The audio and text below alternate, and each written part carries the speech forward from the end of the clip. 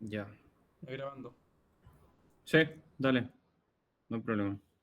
Esperemos igual como 2 minutos a que se sume. Supone que eran 20, entonces. Pero.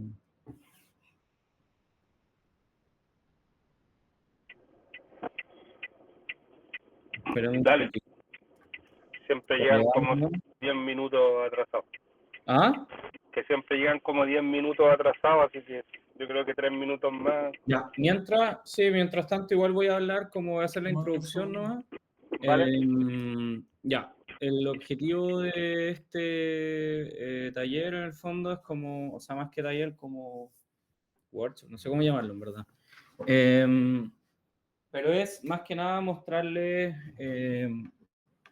dos tipos de métricas en NLP, porque evidentemente NLP tiene demasiadas métricas, entonces era imposible, digamos, como en un solo módulo eh, aplicar todo. Entonces lo que hice fue como concentrarme un poco más en las que probablemente les va a servir para el desafío.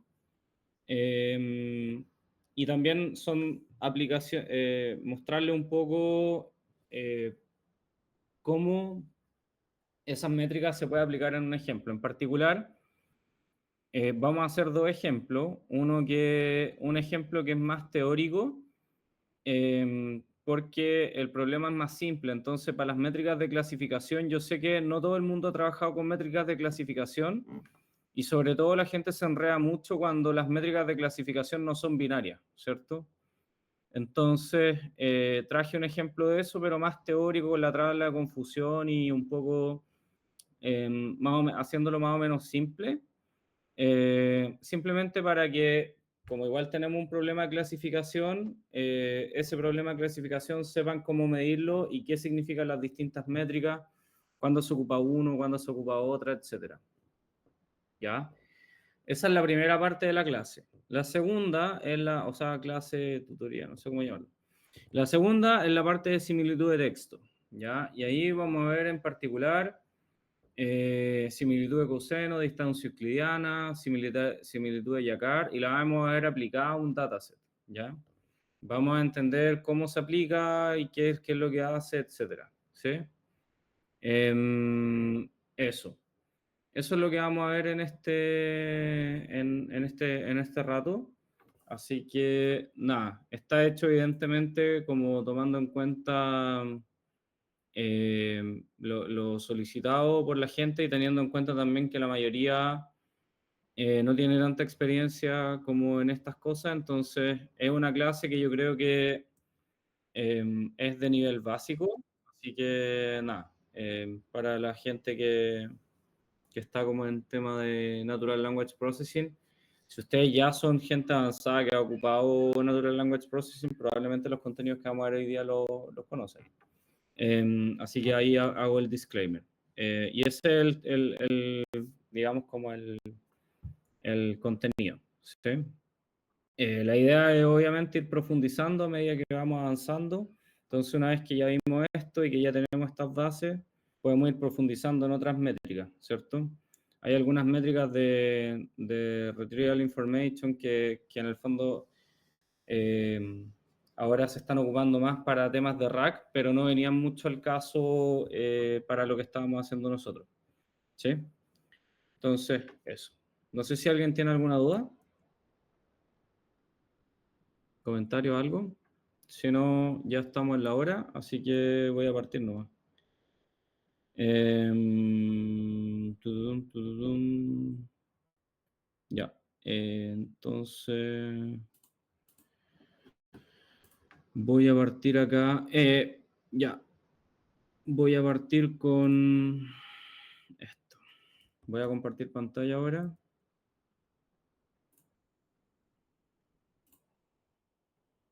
Acá.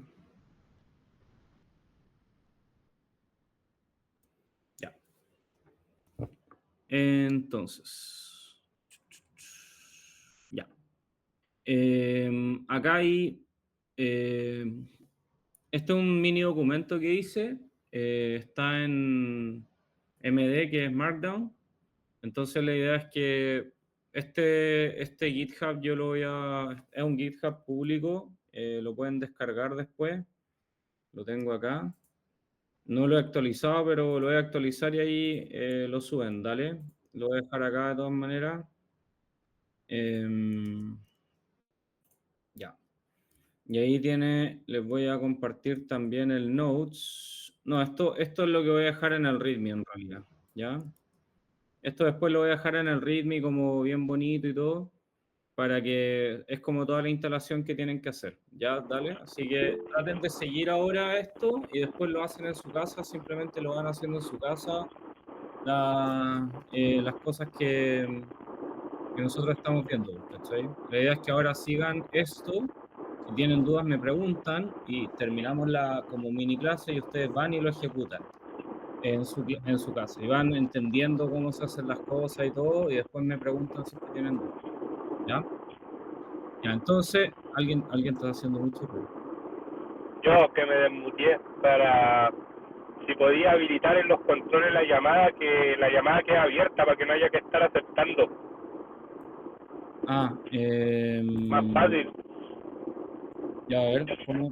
No sé cómo Eso se... está en un costado, en el costado inferior de la conferencia, dice algo como controles de la llamada o controles del anfitrión, una cosa así. Y Ah, ahí ya, tú te ahí la metes, dejé open, ahí la dejé claro, open, ahí open, ya, ¿cachai? Y ahí dile en el grupo WhatsApp que se metan de nuevo y no van a tener problemas. ya listo, ya, ahí está. Y en el grupo, ya, sí, la cagó, ya. Entonces, vamos a partir por las métricas de clasificación, ¿vale? En las métricas de clasificación, primero, ¿para qué? Esto es cuando nosotros hacemos modelos de clasificación en general, ¿ya? Estas métricas no aplican solamente a Natural Language Processing. Pero sí es importante entenderlas cuando nosotros hacemos modelos de clasificación, que son modelos supervisados. Eh, Acá, esto es súper importante porque cuando uno hace modelos supervisados, eh, necesita lo que se llama como el ground truth. Entonces nosotros vamos a identificar después que cuando hacemos similitud de texto, no necesariamente, o para la mayoría de las métricas, no vamos a tener un ground truth, ¿ya? Y esa es una gran diferencia, ¿vale? Acá el ground truth o verdad, es que no sé, lo digo en inglés, me carga decir las cosas en inglés, pero es que nunca he encontrado como una buena definición para eso, pero es como la verdad absoluta, como en el fondo, pero es mala definición la verdad absoluta porque es como la verdad que tú crees. Cuando en una clasificación yo le pongo una categoría, por ejemplo, y esa categoría fue etiquetada manualmente, ese es como el, entre comillas, el ground truth. Y Como estos el, modelos de... ¿Ah? como el criterio de verdad que le creí.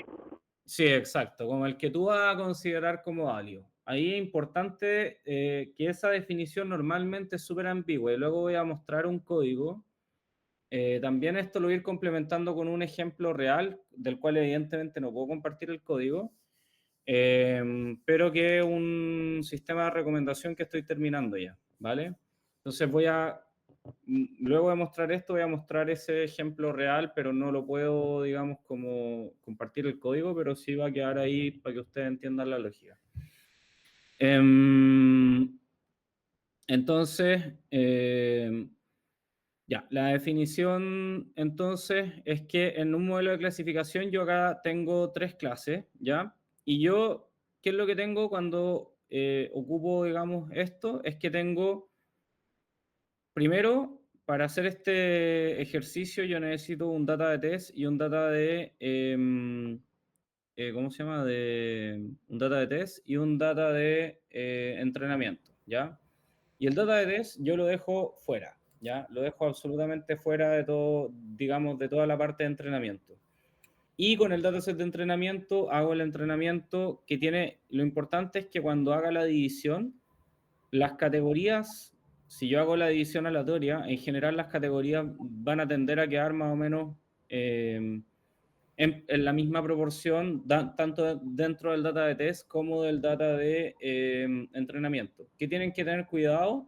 con las categorías que sean muy minoritarias. Y ahí vamos a abordar ese problema, porque es algo que pasa cuando tenemos múltiples categorías, que es probablemente el caso, si es que alguien lo está trabajando como un problema de clasificación, el desafío que tenemos nosotros es el caso que te está quedando, porque ahí vaya a tener categorías minoritarias, y es un problema que hay que abordar. Que una categoría minoritaria es una categoría que en el fondo, fíjate que acá, por ejemplo, esta categoría tiene 50 más 10 más 5, tiene 65. Esta tiene 60 más 12, 72, tiene 80. Y esta tiene 14, 15, 70, tiene 85, 89. O sea, en el fondo, cada una de estas categorías, ¿cierto? En los datos reales están bastante equilibradas. Si yo tuviera categorías que no son equilibradas, vale decir que, por ejemplo, el total de esta categoría es 5 en vez de estos 75, y todos los demás están en el orden de 80, 90, esta sería una categoría muy minoritaria, que estaría subrepresentada, y que por lo tanto, ahí yo tengo que evaluar distinto y también tengo que generar algún mecanismo por el cual compenso esa categoría minoritaria, ya para que el algoritmo lo alcance a aprender, porque cuando tienes categorías demasiado minoritarias o muy pequeñas, desbalanceadas, tienes que resolverlo con técnicas para el desbalance de categorías. Una técnica que nunca deben ocupar, ¿ya? Y esto lo digo porque lamentablemente si le preguntan a GPT, cuando les diga categorías minoritarias y todo, y desbalance de clases, va a llegar y les va a decir el Smooth, el algoritmo Smooth, ¿ya? Porque muchos repositorios ocupan el algoritmo Smooth, pero aproximadamente como en 2021 o 2022 ya se probó y hay unos papers que les puedo pasar que prueban que el algoritmo Smooth no es un buen algoritmo para abordar el tema de categorías minoritarias, ¿ya? Así que, pero GPT tiene un problema, que el problema de GPT, que por eso siempre no tenemos que confiar 100% en lo que hace, es que repite lo que la mayoría hace, y eso, como era una costumbre entre 2000 y algo que salió y después que se refutó, digamos que GPT probablemente se los va a tirar como una opción, pero Smooth no es una opción que deberían ocupar. ¿Ya? Ahí está el oversampling, el undersampling, hay varias técnicas. Normalmente el undersampling es la que funciona, usualmente es la que funciona mejor, ¿ya? O también pueden hacer ahí por ahí un undersampling con bootstrapeo y eso también funciona bastante bien, ¿ya? Una duda, ¿alguien no sabe lo que es bootstrap? Que igual es algo importante. Yo. Ya, bootstrap es un mecanismo de... Oye, me estoy quedando pegado, ¿no? A ver, déjame... ¿Pero se escucha bien el audio? Sí, se escucha bien. Ya, listo, voy a sacar mi cara porque no es necesario. Bootstrap es un mecanismo de muestreo, ¿ya? Que lo que va a hacer es generar... a ver, ¿cómo explicarlo? Muestreo aleatorio con reemplazo, que en el fondo agarra distintas muestras, y esas, digamos, esas muestras pequeñas, normalmente pone proporciones, entonces dice, ya, voy a agarrar un muestreo aleatorio del 80%, entonces va y agarra el 80% y con reemplazo significa que la muestra se puede repetir, ¿ya? Entonces, ¿por qué hacemos eso? Porque cuando hacemos undersampling, lo que hacemos es que, por ejemplo, si esta categoría era chiquitita y estas son más grandes, hacemos, de las que son más grandes, sacamos una muestra pequeña y no ocupamos todo el dataset, ¿ya? Pero como estamos haciendo Bootstrap, hacemos varios muestreos de eso y entrenamos con varias muestras de eso, ¿ya? Y eso se ocupa ¿para qué? En el fondo para asegurar que, digamos, los resultados que va a sacar son replicables o, en el fondo, como son constantes, ¿ya? Mientras más constantes sean tus resultados, menor sea la varianza, digamos, de tus resultados, más seguro vas a estar de que lo que estás entregando efectivamente es un modelo que va a ser estable en el tiempo, ¿ya? Ya, siguiendo por acá. Entonces, vamos igual después les voy a dejar como un ejemplo de Bootstrap, ¿ya? Aprovechando porque se me fue dejar esta parte del muestreo, pero después voy a generar un ejemplo, ¿ya? Pero es importante que aprendan Bootstrap porque se ocupan la mayoría de los algoritmos que van a ocupar, por ejemplo, para clasificación se ocupa mucho el XGBoost, todos los algoritmos de boosting y de bagging se ocupan mucho y todos esos algoritmos ocupan boosting, o sea, Bootstrap, perdón, ¿ya? Así que eso. Por eso es importante que aprendan que es Bootstrap. Ya. Para la clase. Entonces, ¿cómo se leen estas métricas? ¿Qué métricas vamos a ver? ¿Ya? Primero tenemos que entender qué significa verdaderos positivos, falsos negativos, falsos positivos, etc. ¿Ya? Entonces, verdaderos positivos. Ya vamos a hacer el ejemplo con la clase A. Verdadero positivo es algo que yo digo que es una clase, ¿ya? Y efectivamente es esa clase, ¿ya? O sea, yo lo predije que era A y efectivamente era A. En este caso, son 50 en la clase A, ¿verdad? Si yo te digo verdadero positivo en la clase B, son 60. ¿Cómo los puede identificar en una matriz de confusión? En la diagonal, ¿ya? Esos son los verdaderos positivos, ¿sí? Falsos negativos, ¿ya? Para el caso de A, ¿sí? Caso de A. Esto es lo real y esto es lo predicho. Entonces, si estos eran los verdaderos positivos, los falsos negativos, por lógica, son los que en el fondo yo dije que era falso y efectivamente es falso, ¿cierto? O sea, perdón, los que realmente eran clase A, pero los clasifiqué como B o C. Los que yo dije que eran, ¿cómo se llama? De otra clase, pero en realidad eran de la clase que yo esperaba, de la clase real. Entonces, yo dije que eran clase B y eran clase A, yo dije que eran clase C y eran clase A, ¿ya? Entonces, todo lo que está en la fila en el fondo de la clase real acá, todos esos dos, la suma de esos dos, falsos negativos, ¿ya? Y lo que está en la columna, son lo que resta de la columna, son los falsos positivos, ¿ya? Que es decir, que yo los clasifiqué como A, yo los predije como A, pero me equivoqué, porque efectivamente eran clase B o C, ¿sí? ¿Dónde tengo mis errores entonces? En los falsos negativos más falsos positivos. ¿Y dónde tengo mis aciertos? En los verdaderos positivos, ¿sí? Esto se repite, digamos, para clase B y C, ahí está explicado. Entonces, dado que ya tenemos estas definiciones, ¿vale? De cómo leer una matriz de 3x3. Yo le puse 3x3 para que no fuera binaria, porque en el fondo las binarias son como las típicas, entonces, como el problema de nosotros nunca va a ser binario, en texto es raro que tenga un problema binario, entonces acá esto se puede extender infinito, ¿sí? Pero ya sabiendo la 3, como que es más fácil extrapolar a n. Y la precisión para la clase, entonces. La precisión es que los verdaderos...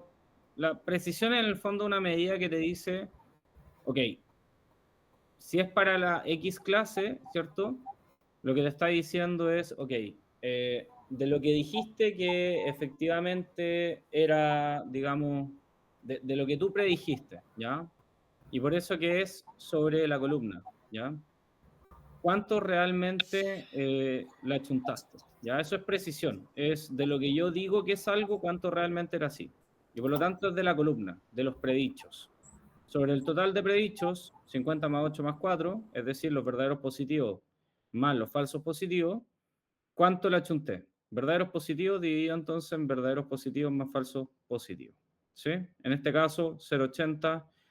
¿Qué quiere decir? Que el 80%, yo espero que cuando digo que algo va a ser de la clase A, el 80% de las veces, efectivamente, eso es de la clase A. Ahora, la fórmula del recall o recuperación, ¿ya? Esta es la que me gusta más a mí. En general, creo que los ejemplos de la vida real normalmente importa mucho más el recall que la precisión en los casos que me ha tocado, ¿ya? ¿Por qué? Porque la recuperación en el fondo es una métrica de alcance, ¿ya? Es una métrica que te dice, ok, mira, ahora verdadero positivo más verdadero negativo, que son estos de acá. Es la métrica del total que son de la clase A, ¿ya? ¿Cuántos realmente tú alcanzaste a abarcar con tu predicción.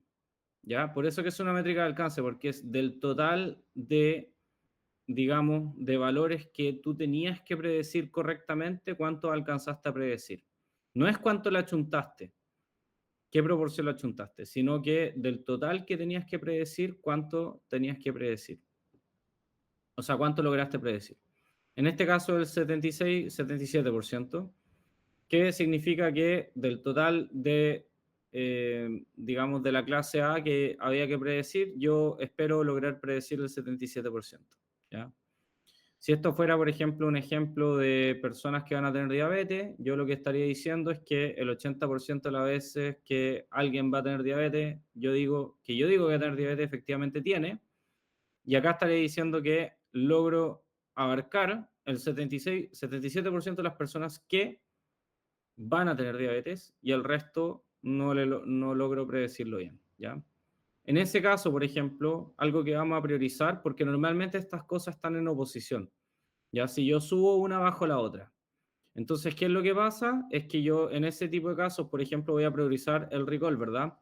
Cuando son cosas del tipo de médico, crédito, etcétera, uno tiende a priorizar el recall, ¿verdad?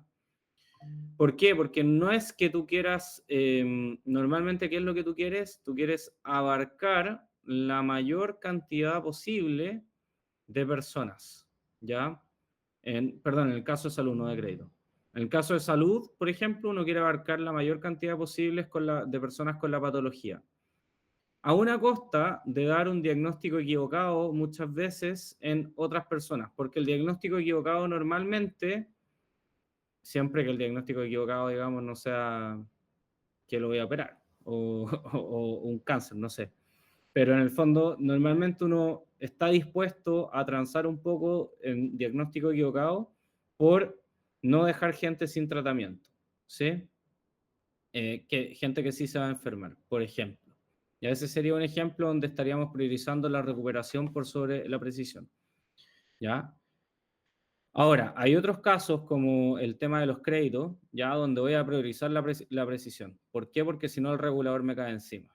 Entonces, allí probablemente yo algo que voy a tratar de hacer es que si yo digo que algo es que yo voy a rechazar un crédito, por ejemplo, tengo que tener muy buenos argumentos para rechazar.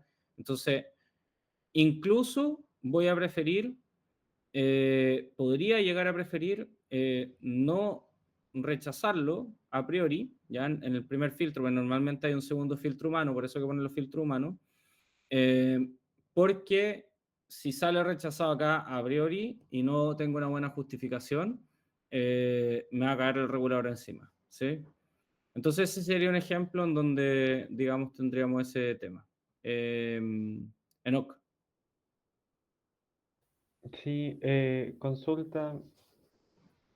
Una, una de las métricas alcanza a abarcar eh, con porcentaje de error. Es que no entendí muy bien la diferencia entre las dos. Ya. La recuperación es una métrica de alcance, que en el fondo lo que te dice es del total. Imagínate que esto fuera que la clase A es tener diabetes o no tener diabetes. Esto es tener diabetes, ¿ya? Imagínate que la clase A es tener diabetes.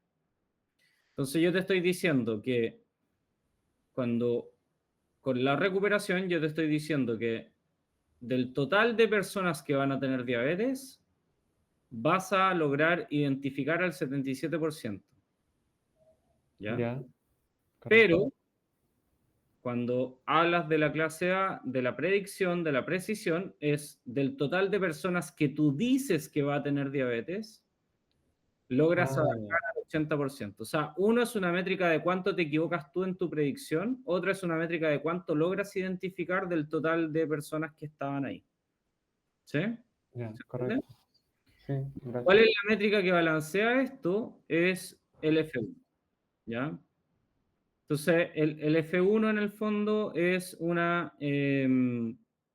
métrica que es la media geométrica entre precisión y recuperación, ¿ya? Y es una métrica que balancea ambas. Entonces, yo cuando quiero, digamos, optimizar para las dos, ocupo el F1, ¿ya? Yo normalmente En la mayoría de los casos que me ha tocado, tengo que ocupar recuperación F1, ¿sí? Solo para asegurarme que la precisión no se me vaya a estar yendo a la B.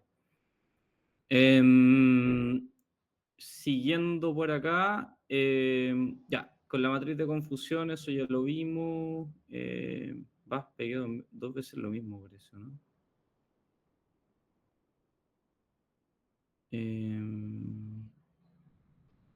Sí, me equivoqué acá. Ya, perdón ahí. Voy a sacar esto porque esto está de más. Ya, sí, ahí sí. Ya, para que no quede texto extra. Ya, entonces estamos claros. Listo.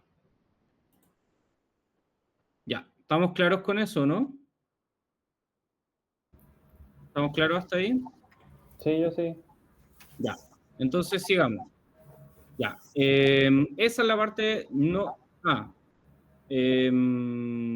Normalmente cuando yo hago la matriz de confusión para un ejemplo, y les voy a mostrar, no, ¿sabes qué? De hecho lo voy a mostrar al tiro, mejor para que no se nos vaya la onda. Voy a mostrar al tiro otro código, que es el código del, digamos, el código que le hablo, que no les puedo compartir, pero que en el fondo se los puedo mostrar.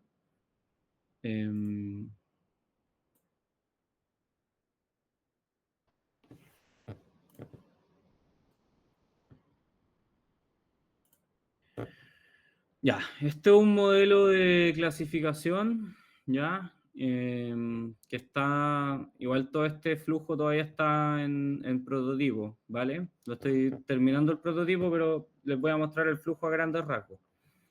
Entonces, lo que hace esto es súper simple, agarra una planilla que en el fondo me hicieron una categorización, estas son las categorías, ¿ya? Son como 14 categorías, es una categorización de productos, ¿vale? En base a, son productos ópticos. ¿Sí? De una cooperativa española. ¿Y qué es lo que hacemos acá? Lo que hacemos acá, si se fijan, es yo hago vectorizo, digamos, el dataset, aplico un modelo de XGBoost, hago un Stratified K-fold, ¿ya? ¿Por qué hago un Stratified K-fold de 5? ¿Qué significa Stratified K-fold? Duda. ¿Alguien sabe lo que significa la validación cruzada? ¿Alguien no sabe lo que significa validación cruzada o todavía no ha visto cómo hacer validación cruzada para modelos de clasificación? Lo he escuchado solamente, pero no estoy muy claro. Ya.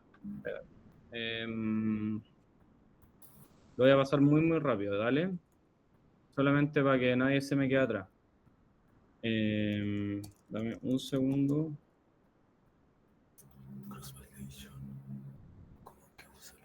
Sí, se me olvidó este tipo de cosas como tenerla en el backup. Sorry. Es como que va cambiando los datos de entrenamiento y los de validación. Sí, no, sí, mira, te muestro al tiro. Con una imagen lo explicamos de una. Dame un segundo que lo estoy abriendo. Oh, qué eso.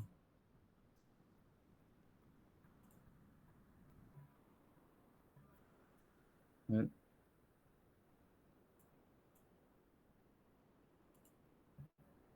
Ya, a ver.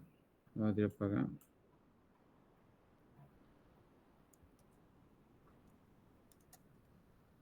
Ya. Ahí está.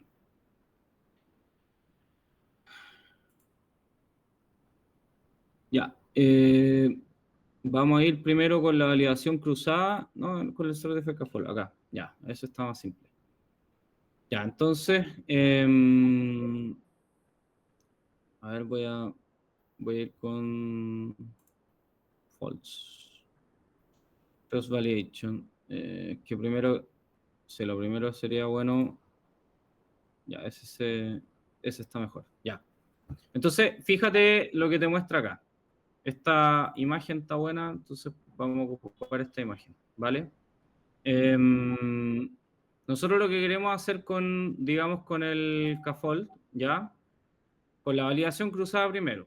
La validación cruzada, en regla general, lo que hace es que va a tomar distintos porciones del dataset. Este es un ejemplo de una validación cruzada con K5, ¿ya? Entonces, imagínate, omite las barritas por ahora.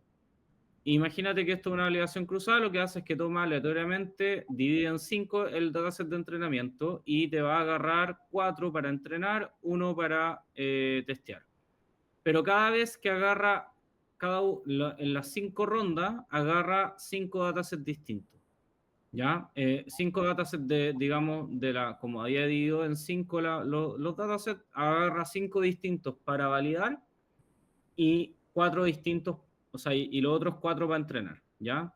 Entonces, ¿cuál es la gracia? Es lo que hablamos antes, que hay variabilidad en los datos de entrenamiento, variabilidad en los datos de test, y lo que se espera es que tus resultados de entrenamiento sean lo menos variable posible. Entonces, si tú tenías resultados poco variables con una varianza baja, se esperaría que después los datos de test, ¿cierto? Porque acá no estamos ocupando los datos de test, esto te diera razonablemente bien, ¿sí? ¿Por qué? Porque hay poca variabilidad en los resultados a pesar de que se entrenó con distintas muestras las 5 veces y se probó con distintos datasets. Aunque los datasets se repitieron digamos, cada vez que tú, por ejemplo, en ese entrenamiento, con respecto a ese entrenamiento, se repiten 3 de los 5 datos de entrenamiento, ¿cierto? Y no se repite el data de test, ¿ya? Entonces igual te voy repitiendo el 60% en cada iteración del dataset de entrenamiento, pero de todas maneras ya estás introduciendo variabilidad en el entrenamiento y en el test, y en el fondo, si tus resultados no varían con eso, tu modelo debería estar capturando razonablemente bien los patrones, ¿sí? Eso es básicamente el Stratify, ¿ya? Entonces, En volviendo... este caso, si la data está desbalanceada, igual me sirve este caso, ¿no? Sí, perdona, el Stratify K-Fold. Ya, el Stratify K-Fold lo que hace es que si la data está desbalanceada, mantiene el desbalance dentro de la muestra, ¿ya? Entonces, no te va a generar, digamos, como un balance distinto al que tienen originalmente los datos. Entonces, mantiene la distribución de las clases. Eso es lo que hace, ¿sí? Esa es la diferencia. ¿Y cuándo se ocupa? Lo tenéis que hacer cuando, como en este caso, yo tenía clases minoritarias, muy minoritarias, ¿verdad? Tengo acá, por ejemplo, de las categorías, tengo categorías con 2.679 observaciones y algunas con 9. Entonces, necesariamente tenía que mantener las proporciones para que hubieran al menos 2 o 3 observaciones en el dataset de test. Porque si no tienes al menos 2 observaciones en el data de test, las métricas no te van a funcionar. Con una sola observación no funciona. ¿Sí? Eso. Siguiendo con eso, entonces, yo acá ocupé algunas métricas que se llaman weighted, ¿ya? Y acá vamos a revisar con respecto a por qué ocupo las weighted y por qué en el fondo también ocupo las macro, pero me centro, o sea, las comparo con las weighted. ¿Qué significa weighted? Significa ponderado, ¿ya? ¿Qué significa ponderado? Significa que no me fijo solamente en la misma precisión y recall para cada una, el cálculo es el mismo para cada una de las categorías, ¿verdad? Es lo que vimos acá, se calculan de la misma forma que vimos acá para cada categoría, ¿sí? O sea, si yo tuviera que hacer un cálculo, sería el mismo cálculo que hicimos, digamos, me lo eché. Espectacular. Espera, déjame recuperar lo que me eché. Ahí está. No sé por qué no aparece. Ahí está. Déjame grabarlo.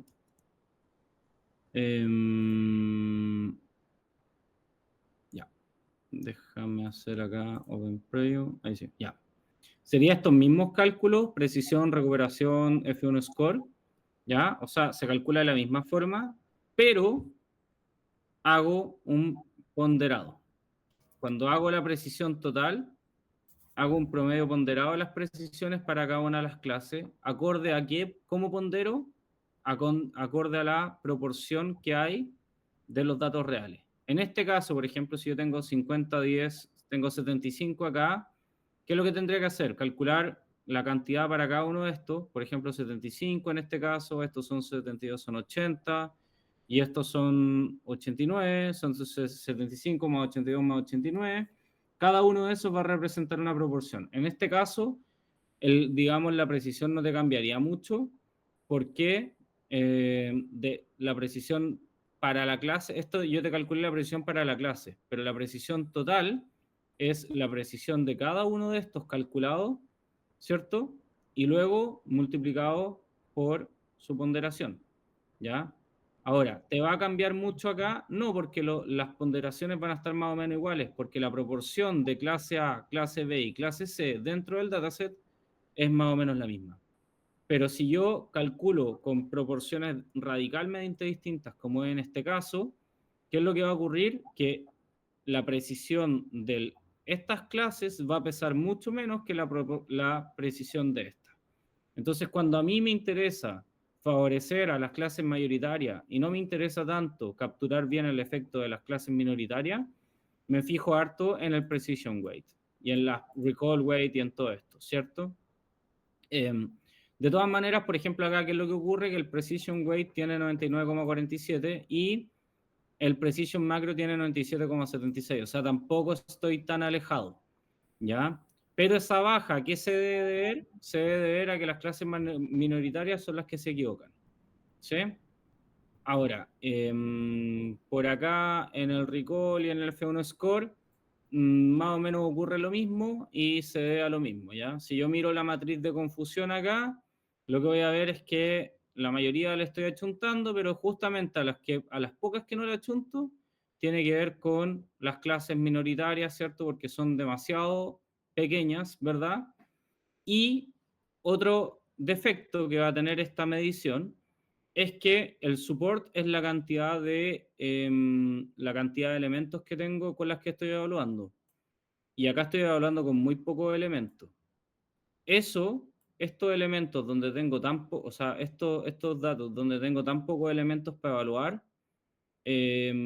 no son muy, no me alcanza para decir que efectivamente el modelo se va a comportar así cuando esté en producción, ¿ya? Esto es algo que yo tendría que estar monitoreando constantemente. Como si no puedo resolver por la vía del entrenamiento esto, lo que tengo que hacer es ponerle un buen monitoreo para identificar que las clases minoritarias no me empiecen a entregar patrones que mi entrenamiento nunca capturó, ¿ya? Entonces le tengo que poner un monitoreo especial. Yo soy más partidario de, en vez de iterar demasiado y ponerle demasiado foco a las clases minoritarias, que en realidad normalmente por algo son minoritarias, no es como algo tan importante, y de hecho acá en digamos, para el problema que yo estoy resolviendo son casi irrelevantes. Entonces, a lo más le pongo un monitoreo, pero no me esfuerzo, no voy a gastar mucho tiempo arreglando el problema. Distinto es cuando la clase minoritaria es efectivamente lo que tú quieres predecir. Ahí tendréis que hacer un tratamiento totalmente distinto con estos resultados, porque esto no te alcanzaría para decir que las vaya a poder predecir bien. ¿Ya? Entonces depende mucho del caso, ¿sí? Eso. ¿Dudas con hasta ahora? Igual he ido rápido, pero es porque como que no quiero aburrir, pero igual me interesa que si es que tienen dudas con algo, me vayan diciendo. Y además que súper perdí la... Pucha, tenía la pantallita con la reunión y la súper perdí. No veo nada ahora de la reunión, dame un segundo. Yo tengo una consulta. Tengo la cagada con el Chrome, espérate. Sí, dime la consulta por mientras encuentro la ventanita de la reunión. A ver si entendí bien. Esto del bootstrap que decías tú era como para repetir algunas clases si estaban como las clases desbalanceadas. No. El Bootstrap es... por ahora olvídate del Bootstrap. Ok. Mejor olvidémonos del Bootstrap ahora. Lo que estamos haciendo ahora no tiene nada que ver con Bootstrap. Lo que estamos haciendo ahora es voy a dejar esto acá, ¿vale? Me lo voy a dejar acá, ya. Lo que estamos haciendo ahora es un Stratified Scaffold, ¿verdad? Te estoy mostrando cómo se aplica esta materia que vimos al inicio, que es la clasificación de predicciones cuando las clasificaciones tienen que ver con texto, ¿ya? Porque lo que yo estoy haciendo acá, en este problema, es que a partir de una descripción del producto que yo le hago una vectorización, infiero las categorías que tengo, ¿ya? Mejor te voy a mostrar, igual te puedo mostrar el dataset, no es tan terrible que te muestre el dataset, así igual te lo voy a mostrar. Mira, yo, ¿qué es lo que agarro? Tengo esto de acá, tengo una categoría de un producto y tengo una descripción del producto. Y yo a partir de estas descripciones estoy infiriendo esas categorías. ¿Cachai? Ahora, ese problema es un problema general que no solamente ocurre en Natural Language Processing. Tú podéis tener algoritmos de clasificación de todos los tipos. Normalmente, de hecho, no son contextos, sino que son problemas de clasificación donde tú predices categorías a partir de datos numéricos. De ahí te voy a mostrar otro ejemplo que tengo en un repositorio donde hago clase, ¿ya? Pero en el fondo esto es un problema general de clasificación nomás, ¿ya? Pero en este caso, en el que yo te estoy mostrando, lo que yo hago es que vectorizo esto y a partir de esos vectores infiero la categoría que está acá. Sí, en particular este es un problema de texto corto que es similar al problema que tenemos nosotros en nuestro, digamos, en la cosa nuestra, ¿ya? Ahora, en el ejemplo que viene después te voy a mostrar un problema de texto largo, ¿ya? O sea, de texto un poco más razonablemente largo que esta cuestión, que es una chacra, ¿sí? Ya, entonces, y lo que me preguntáis sobre digamos, Bootstrap, no, acá no estoy ocupando Bootstrap, estoy ocupando, lo único que ocupé, te estoy mostrando solamente la parte de entrenamiento. Acá las métricas, estas métricas son de un cross validation con Stratified Scaffold, ¿ya? Eso es. ¿Sí? Sí. Eso. Bueno, ya, y eso fue suficiente para tener métricas bastante razonables, digamos, como en el dataset o sea, para entrenamiento, para Stratified Scaffold.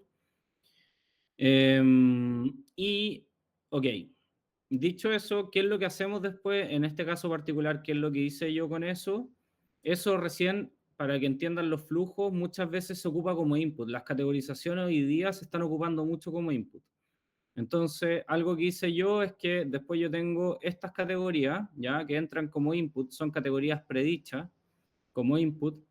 ¿Y para qué sirven? Para un sistema de recomendación. Que filo acá todo el código a lo mismo porque no viene al caso, pero en el fondo después yo hago un montón de preprocesamiento de texto y aquí llegamos, les voy a mostrar el resultado nomás, no les voy a mostrar todo el procesamiento porque es demasiado largo y no viene tanto al caso. Pero aquí llegamos a un sistema de recomendación de producto en donde logramos métricas como esta, que eso mide el error absoluto en la diferencia de precio entre lo que yo estoy recomendando y la competencia, cuántos productos de la competencia yo logro matchar y cuántos de esos productos yo logro matchar de forma competitiva. Es decir, que el precio sea al menos un 25%, o sea, sea como máximo un 25% superior. Ya, en este caso, lo que yo ocupé ese categorizador para categorizar los productos de la competencia y poder después hacer un match de productos entre los productos que ellos tienen y los productos míos y así poder hacer una recomendación entendiendo qué es lo que está vendiendo la competencia. Yo voy y ofrezco algo similar a precios competitivos en el 88,3% de los casos. Eso es básicamente con un error absoluto medio, digamos, de un 8,26 euros está en este caso como diferencia de precio. ¿Sí? Que, si no me equivoco, esta diferencia de precio estaba mayoritariamente hacia arriba, pero es 8,26. Entonces, ese es el tipo de cosas. No, normalmente, no siempre es el texto mismo. A veces estas cosas de texto, ¿por qué lo muestro este ejemplo? Porque me parece choro, porque al final uno la clasificación de texto la puede ocupar como input para otras cosas distintas que se aplican bastante comercialmente. Entonces esa es la gracia. Por eso les quería mostrar este ejemplo. Ya. Volvemos a materia. ¿Hay alguna duda hasta acá? Porque ahora voy a ir a similitud de texto. Si quieren no sé si quieren hacer un break, pues igual he hablado caleta. Y parece que se nos va a acabar la reunión, ¿no? Sí. Tenemos que hacer otro link. ¿Quieren hacer un break prefiero que me hagan preguntas y seguimos, descansamos 5 minutos y seguimos.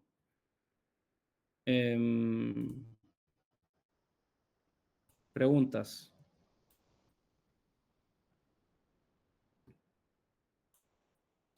¿Preguntas? El repositorio o como el código estará disponible en alguna parte?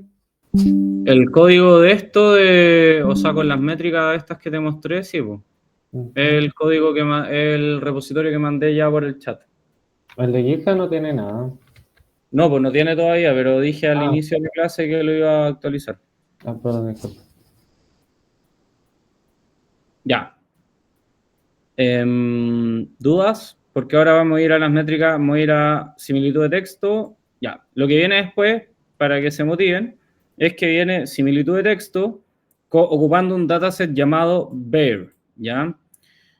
Voy a mandar acá un paper de BEAR. Hay 2 papers de BEAR bien interesantes y hay un video por si les da lata leerse el paper, pero no sean flojos, no se lean el paper. O sea, vayan, pásenselo a GPT y que le haga el resumen.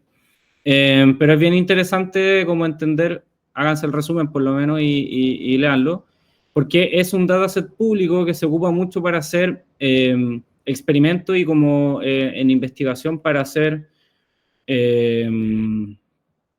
para evaluar cosas, ¿ya?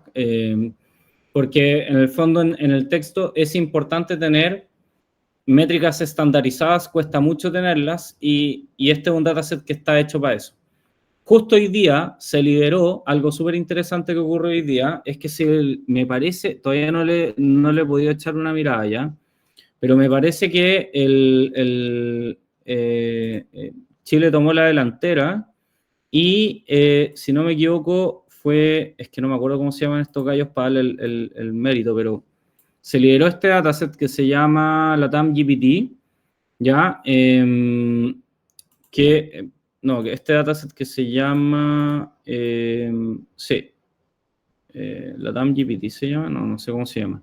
Bueno, acá está el repositorio, sí, LATAM GPT, que es el primer dataset que fue eliminado fue hecho por el Centro de Inteligencia Artificial de Chile, no me acuerdo cómo se llama.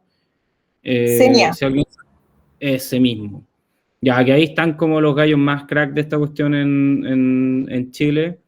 Y nada, generaron un dataset que está hecho para Latinoamérica y que nos va a permitir, es lo que se llama un Zero Shot Labeling, ¿ya? Que es exactamente lo mismo que el dataset que nosotros vamos a ocupar, pero el Zero Shot Labeling que yo les voy a mostrar está en inglés.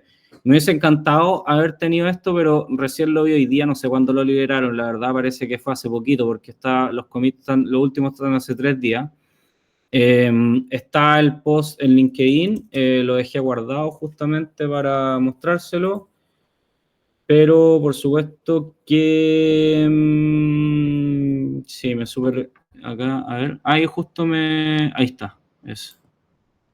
Mira, justo un amigo me lo mandó, qué buena, Gabo. Este es mi mejor amigo, que siempre me manda noticias cuando ocurren. Ya, acá está, este es el gallo que tienen que seguir, el Machine Learning, el Lead Machine Learning Engineer del Centro Nacional de Inteligencia Artificial. Acá está el post, este es el post, se los voy a postear. Eso, es un dataset masivo de texto de alta calidad, un corpus con 700 gigas, etc. Nosotros vamos a operar sobre un dataset como este. Y sería súper interesante que como tarea para la casa, ustedes agarren este dataset y traten de replicar lo que nosotros hicimos acá, pero con el dataset de GPT. Yo lo voy a hacer, ¿ya? Pero como tarea sería súper interesante que ustedes lo hicieran. En el fondo nosotros lo que vamos a hacer ahora en el siguiente módulo, para que se queden, o después del break, porque se va a acabar la llamada, ¿vale? Así que hay que hacer un link nuevo y se los voy a enviar, ¿ya? Pero lo que nosotros vamos a hacer es que vamos a agarrar este dataset, vamos a agarrar en particular los datos de Quora y vamos a hacer comparaciones y vamos a entender cómo opera la similitud por coseno, cómo opera la distancia euclidiana y si me termina de funcionar el código, cómo opera el Jaguar, porque me mandó una cagada y algo estaba tratando de hacerlo mejor y lo empeoré, pero en estos 10 minutos lo arreglo y les dejo el Jaguar. Eso. Y los vamos a comparar. Ya ahí vamos a explicar por qué uno opera mejor que en otro en este lugar. Siempre que te mejorar, esas son como las empeoras, como que uno trata de arreglarlo y la caga. Ese fue lo que me pasó 10 minutos antes de partir esto. Así que eso. Ya, pues entonces, ¿les parece que hagamos un break de 10 minutos? Así yo voy a tomar un café y también voy a arreglar esto y así queda más bonito. Oye, una duda. ¿Tienen dudas con respecto a lo que he explicado hasta ahora? ¿Está claro? Yo sé que voy rápido, pero... ¿Sí? ¿Está claro? Ya. ¿Han aprendido? Sí. ¿Sí? ¿Hay cosas que todavía no sabían?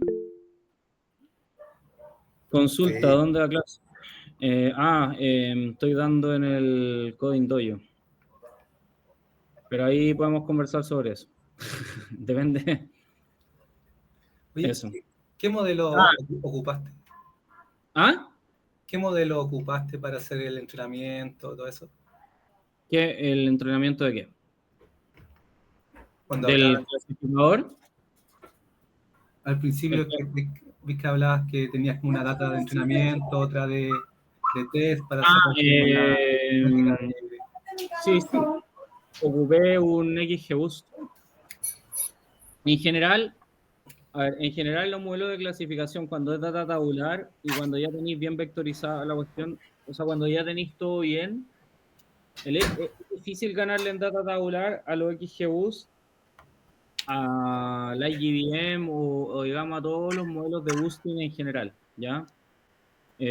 Hay un paper, de hecho, que es súper bueno, que se llama XGBoost is all you need, creo.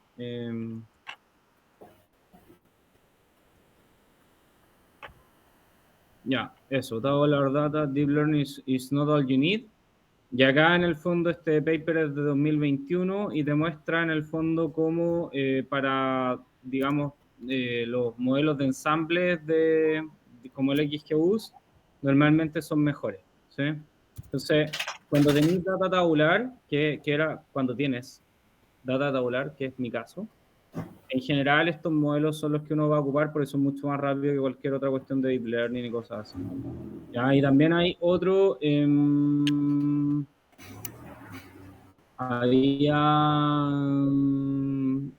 bueno, ya, y hay más como de esta línea. Hay más de esta línea de paper, pero en el fondo el 2023 se volvió a replicar experimentos y todavía, digamos, como los modelos de Deep Learning, hay en dos áreas en particular que yo estoy, en tres áreas que estoy seguro que todavía los modelos de Deep Learning no son mejores.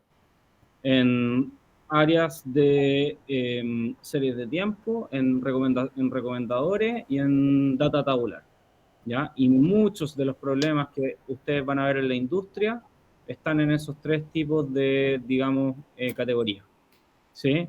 En general, los problemas que son distintos a eso son más de nicho, ¿ya? O son problemas particulares de una industria en particular, ¿sí? O porque están haciendo cosas más nuevas, etcétera, ¿ya? Que no quiere decir que no haya que aprenderlo, solamente quiere decir que si ustedes van a trabajar en la industria, es razonable que primero aprendan estos métodos asociados a cómo trabajar con data tabular, cómo trabajar series de tiempo y cómo trabajar sistemas de recomendación, porque es gran parte del trabajo que van a hacer si trabajan en aplicación, no en investigación. ¿Ya? Eso. ¿Alguna otra duda? Ya, les voy a poner el paper también ahí de All You Need después como acá.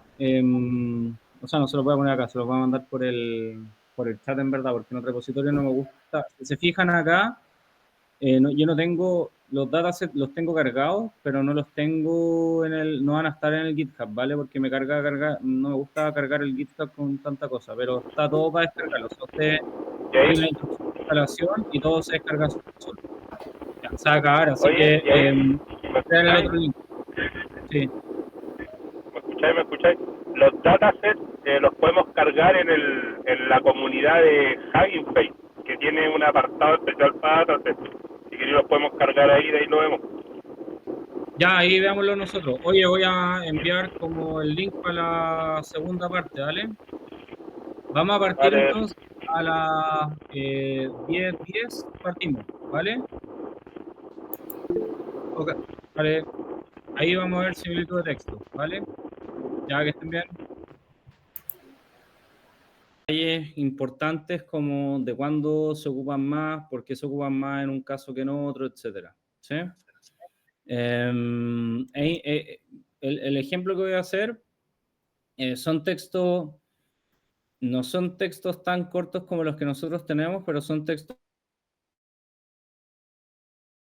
entonces igual aplica un poco a lo que estamos haciendo, pero no es transferencia directa. Tampoco quise hacer como así como que llegaran, copiaran el ejemplo y lo hicieran, sino que quiero que se queden con los conceptos y ahí dentro de las cosas que les voy a pasar está la respuesta de cuál es la métrica que deberían ocupar, digamos, para esta. Pero quiero que igual haya transferencia de conocimiento, pero no sea como darle la solución así de una, ¿ya? Así que el ejemplo es similar, pero no quiere decir que tengan que llegar a hacer copy-paste de esto para hacer el challenge, ¿vale? Eso. Entonces vamos a ver cada una de las métricas. Partamos con, primero, ¿qué es similitud de texto? ¿Ya? La similitud de texto, entonces, mide, valga la redundancia, cuán similares son dos textos entre sí, y considera su contenido, estructura o representación semántica. ¿Ya? ¿Por qué? Porque en el fondo, dependiendo de qué es lo que estoy considerando, es cómo lo voy a medir, ¿ya? Evalúa que también un modelo captura la relación semántica entre dos cadenas de texto, ese es como el objetivo, y las métricas dependen mucho de qué voy a ocupar. Acuérdense que nosotros siempre tenemos que entender que para leer texto el computador tiene que hacer representaciones. Y esas representaciones pueden ser engramas, vectores o embeddings, ¿cierto? Y dependiendo de qué es lo que yo estoy leyendo, qué estoy ocupando como input, es qué métrica voy a ocupar. Entonces, es súper importante que tengan claro cuándo ocupamos cada una de esas. ¿Ya? La similitud del coseno en particular es una de las más útiles, porque en el fondo mide la similitud entre vectores. Y yo siempre puedo transformar cada una de las representaciones que tengo a vectores. ¿Ya? Tanto el back of words como los embeddings, digamos, los engramas, todas esas cosas se pueden transformar o representar como vectores y después aplicar métricas que calculan distancias, ¿ya? Y por eso que le vamos a dar énfasis en esta ocasión a similitud del coseno, distancia euclidiana y Jacquard similarity, que son métricas de distancia, pero distintos tipos de distancia, ¿ya? Que miden, o sea, en el fondo que miden, digamos, de forma distinta la distancia entre las cosas. Y Jacquard similarity, de hecho, una métrica más de conjunto, pero igual, en el fondo, digamos, mantiene como esta lógica, pero no vamos a abordar algunas métricas que aparecen igual acá después, ¿ya? Que rompen un poco la lógica esta y aplican otros tipos de cálculos, ¿ya? Algunos cálculos basados en engramas, superposición de engramas o número de operaciones para transformar un texto, etc. Las dejé acá y sobre todo no las vi porque en el fondo son métricas que no aplican para el problema en particular que nosotros estamos resolviendo o digamos que no están diseñadas para esto, pero sí es interesante que las tengan como referencia para que cuando tengan otro tipo de problema las busquen, ¿ya? Eso. Entonces las dejé acá, digamos, como referencia, ¿sí? Eso. Ya, entonces partamos con similitud del coseno, ¿verdad? A grandes rasgos, la similitud del coseno lo que hace es medir la similitud entre dos vectores al calcular el coseno del ángulo entre ellos, ¿ya? Mientras más cercano sea a 1, mayor será la similitud. Mientras más cercano sea a 0, digamos, más lejano va a estar, ¿ya? Entonces, el objetivo es evaluar la similitud semántica entre dos textos representados como vectores, ¿ya? ¿Qué ventajas tiene? Como es el cálculo del producto punto, ¿ya? ¿Cierto? Entonces, lo que captura la orientación de los vectores, ¿ya? Y por lo tanto, es ideal cuando yo estoy trabajando con embedding densos, ¿sí? Es insensible a la magnitud de los vectores, se enfoca en la dirección y no en la magnitud, y por eso que en el fondo su objetivo es evaluar la similitud semántica entre dos textos, ¿ya? Que se representan como vectores, ¿ya? Por eso que se mide dirección, ¿ya? Y es rápida y efectiva, especialmente con embedding generados por modelos de Sentence Transformer, que es lo que vamos a ocupar nosotros, ya que es una librería que se ocupa harto, digamos, como para temas de texto corto, ¿ya? Entonces, algo importante es que no considera diferencias absolutas en las magnitudes, o sea, acá omite totalmente, digamos, como el tema de las magnitudes, pero cuando yo quiero capturar similitud semántica, ¿ya? Es un muy buen, ¿cómo se llama? Es un muy buen, una muy buena métrica, ¿ya? ¿Por qué? Porque captura la orientación relativa a los vectores, y la orientación, lo que me está diciendo en el fondo es que habla cuando dos vectores, cuando la representación vectorial de dos pedazos de texto me da en direcciones similares, significa que hay, digamos, debería significar que semánticamente son más o menos similares. ¿Sí? ¿Vale? Eso con... entonces, vamos a ver el ejemplo, lo vamos a ver al tiro el ejemplo para que no sea abstracto. ¿Sí? Entonces, dame un segundo, te voy a mostrar el ejemplo y al tiro vamos con las preguntas, a ver si con el ejemplo no te contesté la pregunta. ¿Sí? Como este era muy abstracto, preparé un ejemplo con este dataset, ¿ya? Entonces el dataset BEAR, ya dijimos, yo les voy a mandar el video para que se lo estudien y todo el tema. Ya tenemos la novedad de que justo hoy día salió un dataset BEAR como para Latinoamérica, así que podemos empezar a jugar con eso. Para la próxima taller que haga, lo voy a hacer con dataset en español, así que va a estar choro. Pero por ahora trabajamos con el dataset en inglés porque había que ocupar un dataset que en el fondo fuera como estándar, ¿cierto? Y este fue el dataset que yo encontré que ya, bueno, más que encontré, yo ya lo había ocupado. Entonces, como que es un dataset que ya conozco. Ya no quise como hacer cosas que no conocía porque uno nunca sabe ahí con qué se va a encontrar, y me podía pasar lo mismo que me pasó ahora, que traté de arreglar algo y después lo empeoré. Pero ya lo arreglé. Y entonces, acá yo lo que voy a ocupar, este dataset es el dataset, digamos, estoy cargando el dataset de Quora, ¿ya? Este dataset tiene varios datasets dentro del, digamos, o sea, son varios como subdatasets, ¿ya? Dentro de la librería BEAR, ¿ya? Dentro de la librería, Quora es uno de ellos, pero cada uno de los datasets está hecho para hacer cosas distintas, ¿ya?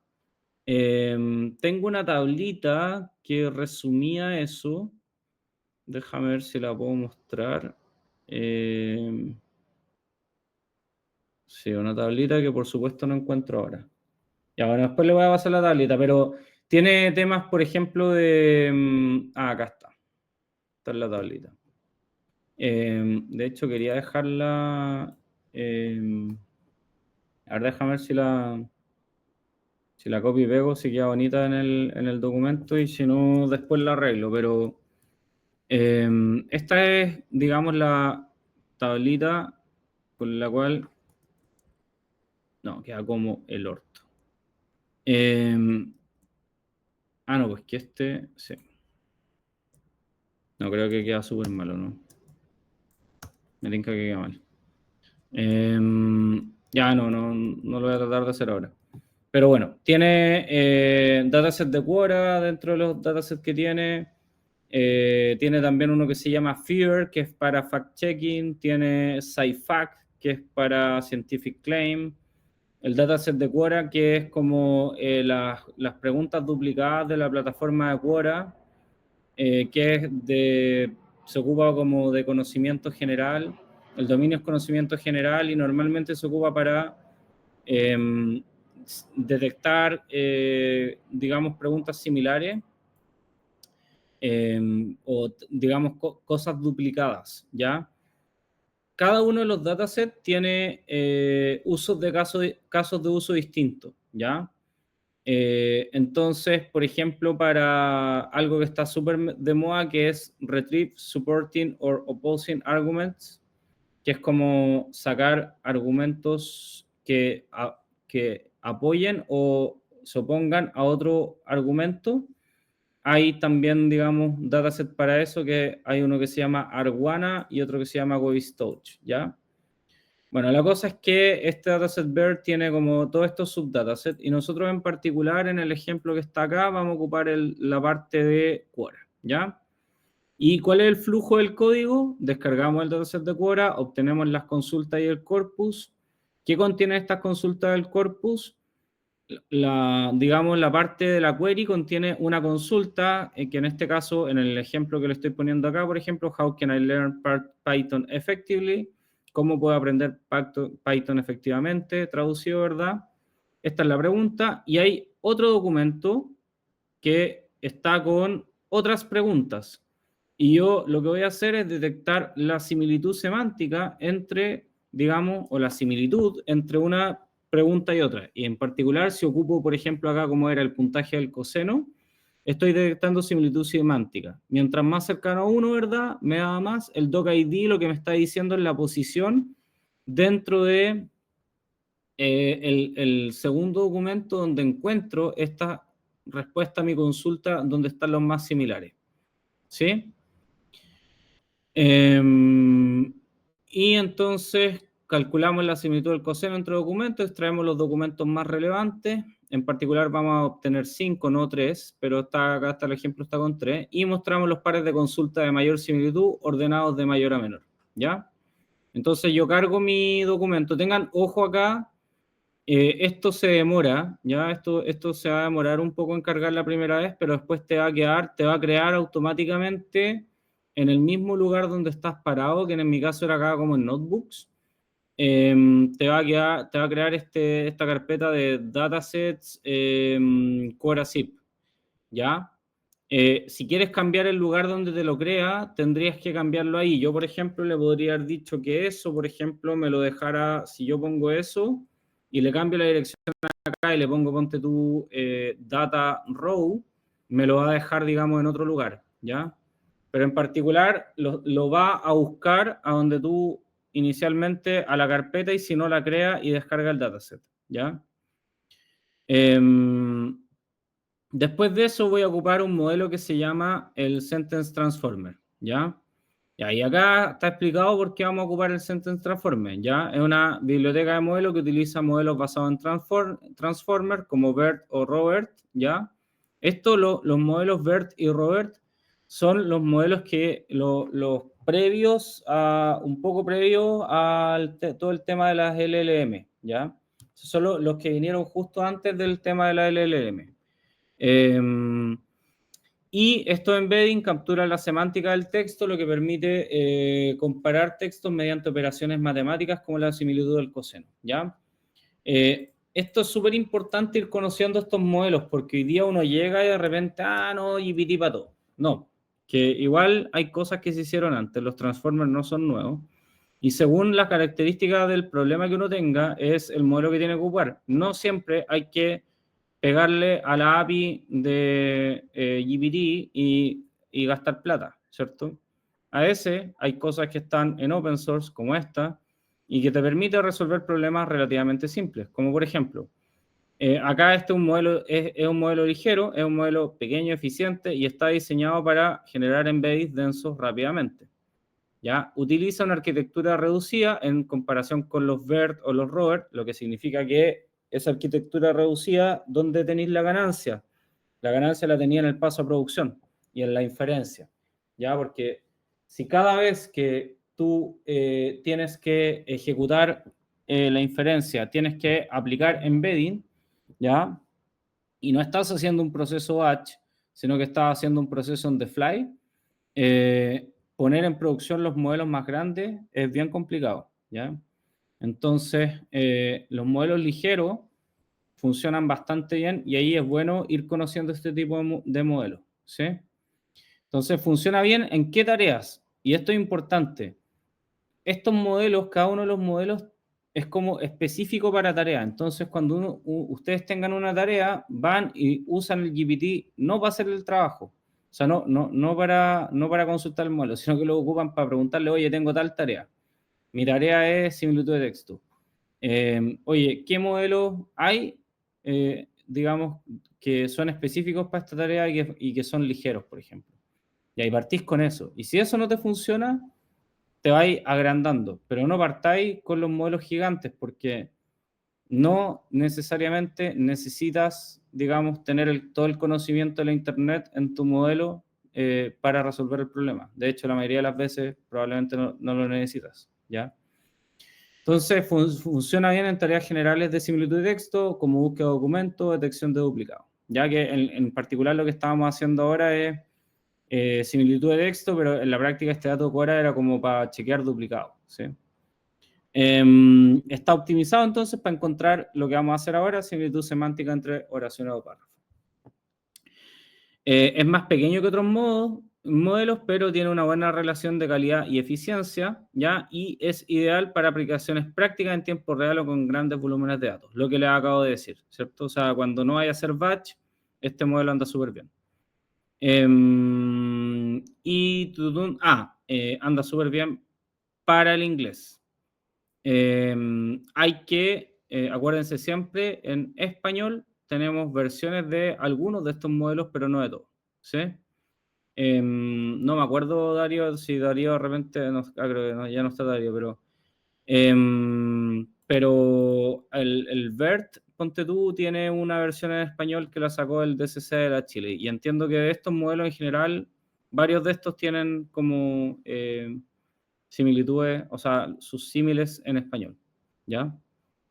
¿Qué hacen los embeddings generados por este modelo? Entonces, transforman texto en vectores densos, por ejemplo, el texto cómo aprender Python rápidamente, se convierte en vector numérico, y los vectores se pueden comparar para medir la similitud semántica, y los embeddings permiten realizar búsqueda eficiente, detectar duplicados, clasificar textos relacionados, ¿sí? Ese es con lo que vamos a hacer acá. Y entonces, llamo a mi modelo, es simplemente llamar al modelo así, digamos, todo viene precargado, ¿ya? Yo acá tengo instalada la librería de antes, ¿ya? Está en las instrucciones de instalación. Lo está descargando en todo caso, si no me equivoco, el Sentence Transformer lo está descargando desde la librería de Hugging Face, ¿ya? Entonces, para efectos de esto, igual las queries y los corpus que habían, esto estoy volviendo al dataset de Quora, ¿vale? Eran demasiados, entonces yo solamente voy a ocupar las 50 queries iniciales y 1000 documentos para comparar. Ya estoy perdiendo algo de, digamos, como esto es un ejemplo chico, puedo hacer eso, ¿ya? Pero si, ponte tú, si ustedes quieren correr esto y quieren tener todas las queries y todas las subsets del corpus, se va a demorar como 1 hora o más, ¿ya? Encargarles todo. No tiene mucho sentido hacer eso, por si acaso, ¿ya? Así que traten de no hacerlo. Sobre todo si es para entender solamente las cosas. Porque acuérdense que la parte que se demora acá, la carga del modelo es rápida. Lo que no es rápido es cargar el corpus, las queries y el corpus, ¿ya? Esa cargada no es rápida, pero además ustedes la están cargando en memoria. Entonces, o sea, cuando generan los embedding quedan en memoria. Entonces, si ustedes generan esos embedding y esos embedding les quedan en memoria, el computador no tiene suficiente RAM, se les va a ir a la vez. Entonces, lo que tienen que hacer es acá limitar, digamos, la cantidad de queries, de queries y de corpus que van a procesar, ¿ya? Entonces, yo lo que estoy haciendo acá es simplemente, estos son queries, como la que está acá, ¿cierto? La que les mostré en el ejemplo acá, como es ahí, y los otros son, los documentos vienen con textos como eso, ¿sí? Se cargo 50 de uno, 1000 del otro, ¿ya? Y acá lo que hago es identificar la similitud del coseno, ¿ya? La similitud del coseno, ¿qué es lo que hizo entonces? En este texto lo que estoy haciendo es simplemente, estoy pasando el embedding a un vector, como tengo, digamos, como ya tengo los embedding, acá hago la similitud del coseno entre los embedding. Esta función lo que va a hacer es pasar esto a vectores y de esos vectores, digamos, va a calcular la similitud del coseno, ¿cierto? Eso es lo que hace ahí, ¿ya? Y lo que me devuelve es una matriz. Ese similarity score es una matriz, ¿ya? Pero yo voy a sacar solamente, digamos, los top 5, ¿ya? Porque no me interesa más. Entonces, del primer elemento, ya este es de la primera pregunta. Ya la primera pregunta es, which question should I ask, on Quora? Ya, y esa pregunta, que es la primera, por eso que está, acuérdense que el índice 0 en Python es la primera, saco los 5 mejores. Y como saco el K igual 5 mejores, top K 5 mejores, ¿verdad? Entonces, lo que le voy a estoy pidiendo, ¿verdad? Es, ok, el puntaje, el primer puntaje es un 0.66, que no es tan bueno, ¿ya? Pero es entendible porque solamente lo comparé con 1000 de los millones probablemente de preguntas que habían, ¿ya? Y es, what are the questions should not ask on Quora, ¿ya? Entonces esta es, which question should I ask on Quora? Y what are the questions should not ask on Quora. Ya, acá, si se fijan, la similitud igual es bastante, debería ser, uno tendería a pensar que es más grande. ¿Por qué creen que no es tan grande? En el caso de la similitud del coseno.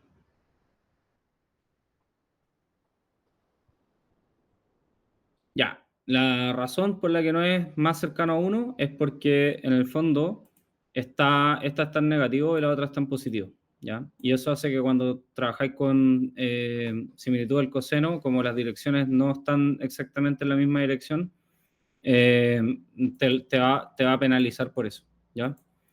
How do we answer a question on Quora? Ya, y ahí, si se fijan, las primeras, digamos, esta también es más o menos razonable, y ya la otra, digamos, como que ya no se alejan cada vez más de, digamos, del significado real de la pregunta, que es, ¿qué preguntas debería preguntar en Quora? Evidentemente, esto te está dando la respuesta correcta. Efectivamente, ¿qué preguntas no debería preguntar en Quora? Es como de todo lo que hay, de las opciones que te dio, digamos, lo más razonable, ¿cierto? Ahora, otra pregunta, por ejemplo, es Enoch. Enoch la había levantado hace rato, no sé si tiene una pregunta. Pero yo la levanté recién. Enoch, sí, no, por eso dije Enoch. Enoch. Parece que no está Enoch. Ya, Edmundo, dale tú. Sí, igual es como que los puntajes que te dio de la similitud, como que la segunda igual debería ser más grande que porque igual que sea negativo, igual como me causa sentido de que son como opuestas, como la pregunta, ¿qué puedo responder con Quora y qué no puedo responder con Quora? Como que igual hay son como un poco contradictorias, pero la segunda igual debería tener más puntaje que la primera, ¿o no? No, porque esto te está preguntando el cómo tú respondes y acá tú estás hablando de qué preguntas. Entonces, efectivamente, la semántica de esto es distinta. ¿Cómo respondes a una pregunta en Quora versus cómo preguntas? Entonces, está bien que semánticamente eso es distinto, digamos, no tiene que ir en la misma dirección, porque una es respuesta, otra es pregunta, y la única que realmente es pregunta es esta de acá, ¿cachai? Así que está bien que vaya que esté de esta forma. Ok. Según lo que tú mostraste, no hiciste limpieza de los stopwords. No es necesario para acá, ¿cierto? No, acá no, porque estoy ocupando, primero los textos son, ya, esto es importante. Esto es como un zero shot dataset, entonces ya hay harto como hecho dentro de esto, ¿ya? O sea, como ya viene bastante limpio, ¿ya? No es necesario hacer eso. Dentro de la limpieza, la verdad es que igual de todas maneras, si quieres ver como algo de limpieza, normalmente yo ocupo este pedazo de código. Y lo ocupo, me funciona al menos para la mayoría de casi todos los casos. Yo no soy muy partidario de andar limpiando demasiado las cosas porque los embedding te resuelven bastante ese tema. Entonces, déjame... Si bien hay que limpiar, yo en general trato de no eliminar cosas, salvo que sean caracteres no imprimibles o cosas así. Entonces, por ejemplo, esta es una función que ocupo bastante. Déjame ver acá.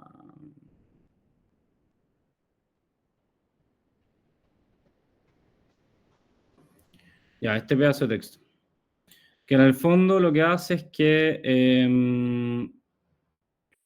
lo convierte a lowercase y remueve los alfa no numéricos, pero digamos los remueve digamos como te va a te va a remover en este caso, en particular este que tengo acá, este clean text te remueve todo y te deja incluso lo que está entre medio.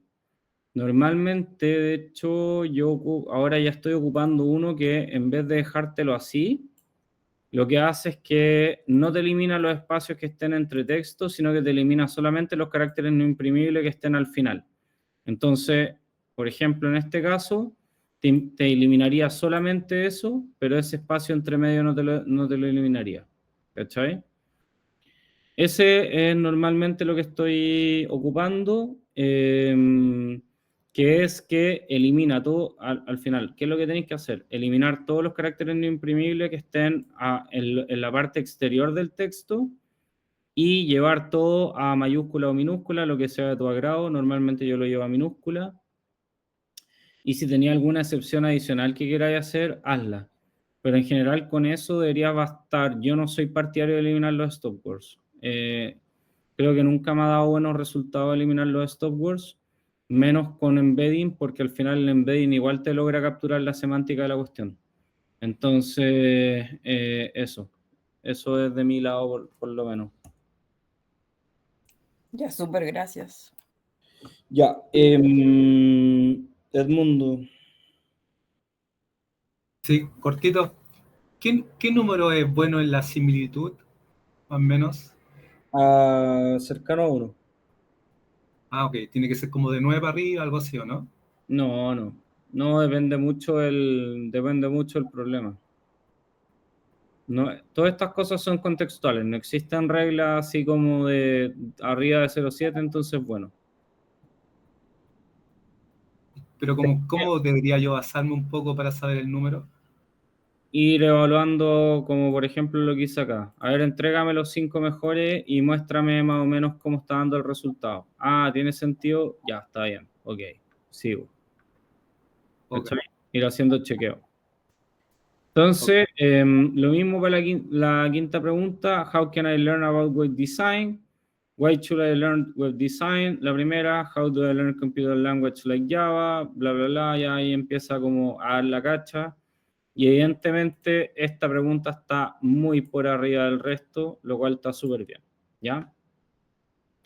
Y el código lo que hace es que calculamos, digamos, la primera, ¿cierto? La distancia euclidiana. ¿Qué es la distancia euclidiana? Mide la distancia geométrica entre los vectores de los textos en un espacio de alta dimensión. Evalúa la diferencia entre las representaciones vectoriales de los textos, ¿ya? La distancia euclidiana es la distancia que ustedes han medido toda la vida, ¿ya? O sea, la distancia que le pasaron en el colegio de un punto a otro, esa es la distancia euclidiana, ¿ya? No es más que eso, ¿sí? O sea, no es más complejo que eso. Cosas importantes de la distancia euclidiana. No, espérate, voy a pasar al tiro el Jaggard Similarity. Porque ahora lo que vamos a hacer es comparar estas dos distancias, las vamos a comparar con los resultados que me dio la otra y vamos a ver las diferencias. ¿Ya? Pero algo importante que tienen que saber con respecto a... Dame un segundo que lo tenía acá, que tenía que decirlo. Y ya, ahí sí. Ya, la distancia euclidiana. Ven cosas importantes. Este sí mide la diferencia absoluta entre vectores. Es buena para detectar disimilitudes claras entre textos. Ya acuérdense que la otra era buena, esta, similitud del coseno, buena para detectar similitudes porque va a... se enfoca más en la dirección, ¿verdad?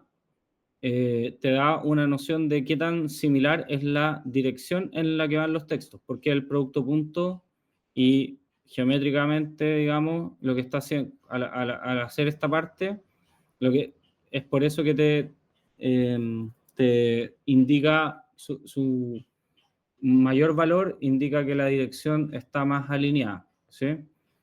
En cambio, la distancia euclidiana es buena para detectar disimilitudes entre textos. Es sensible a la escala de los vectores, por lo que los embeddings deben normalizarse previamente. Y puede ser útil, pero es, digamos, para este dataset que estamos analizando ahora, puede ser útil, pero normalmente es menos útil para que la similitud del coseno. ¿Ya?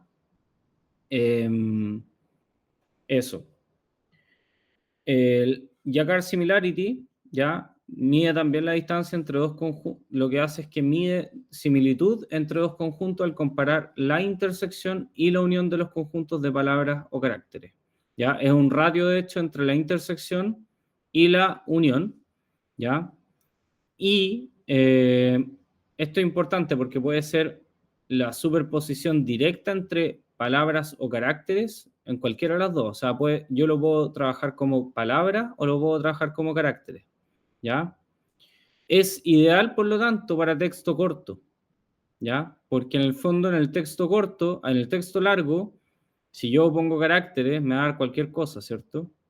Y si yo pongo palabras, me va a dar cualquier cosa, o sea, caracteres me va a dar aún más cualquier cosa y palabra igual me va a dar cualquier cosa, porque en los textos largos me interesan más las oraciones, ¿cierto? O los pedazos de las oraciones. Pero en textos cortos, las palabras son relevantes, ¿ya? Y también, digamos, ya, yo con los caracteres en general nunca he tenido buenos resultados, pero con palabras sí, ¿ya? Entonces, es ideal para texto corto o categórico. Ojo ahí. Entonces, no captura relaciones semánticas profundas, por lo tanto, no lo ocupen para texto largo. No funciona bien con embedding densos. Y es idoneidad, digamos, para el caso que estamos mirando ahora, es limitado cuando tenemos casos como el de ahora en que importa el significado. Hay una semántica detrás en lo que nosotros estamos haciendo, porque acuérdense que lo que estamos haciendo nosotros es viendo la similitud entre dos preguntas. Y acá la semántica sí importa. Y acá, en este punto, me quiero detener. Es súper importante, por eso les traje estos dos ejemplos. Y acá viene la pregunta para todos ustedes. En el caso que yo les mostré de la clasificación de productos, si yo tratara de encontrar similitud de producto en base a los textos, ¿importa la semántica ahí o no? ¿Creen que importa? Si yo lo que tengo son dos descripciones de producto. Sí, sí importa. ¿Por qué importa la semántica? ¿Qué es Porque- semántica? Partamos de ahí. ¿Qué es semántica? ¿Qué significa semántica? Es la coherencia que tiene el texto, me parece mucho. O el significado del texto. La estoy leyendo textual, es grupo de palabras que comparten uno o varios rasgos en su significado. ¿Ya? Por ejemplo, dos palabras pueden ser distintas como montaña, llanura, valle y península, pero comparten un significado. En términos, en general, en temas de como abstractos que no tienen que ver con que no tienen, digamos, un lenguaje humano detrás, no va a importar la semántica. Y por eso que Yacar es bueno en ese tipo de problemas, ¿ya? Porque lo que importa son las palabras. ¿Qué tan similares son las palabras? ¿Ya?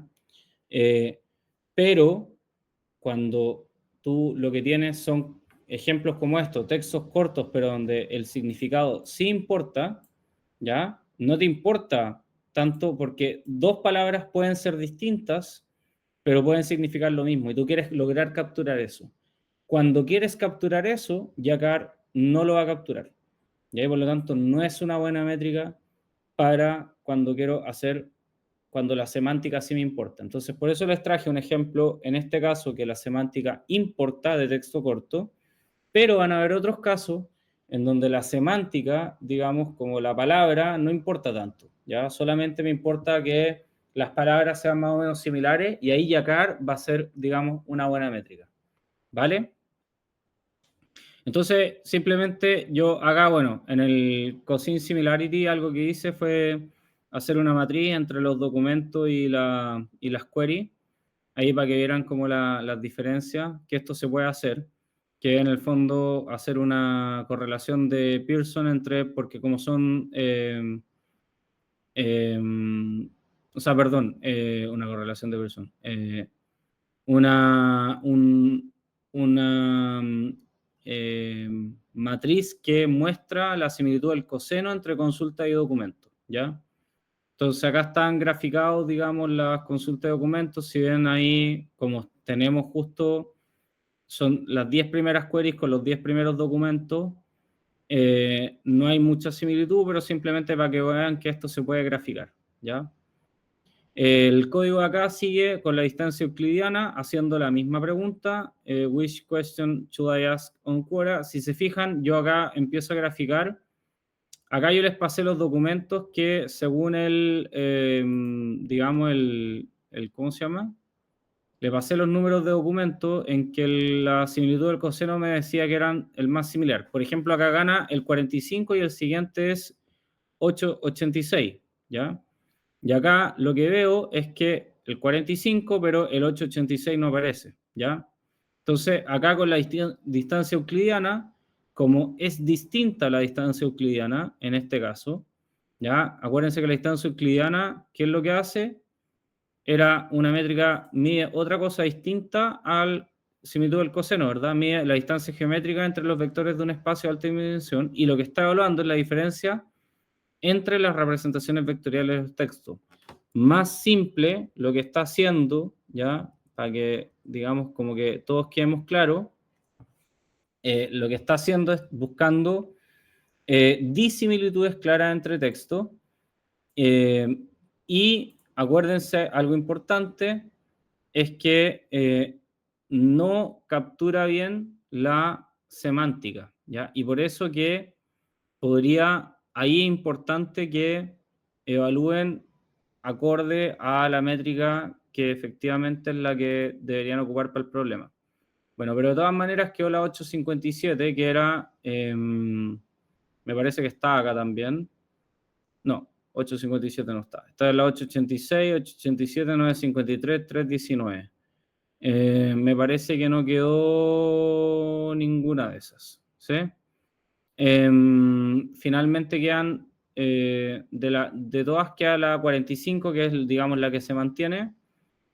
Y acá queda la 483, veamos si es la misma. La primera que...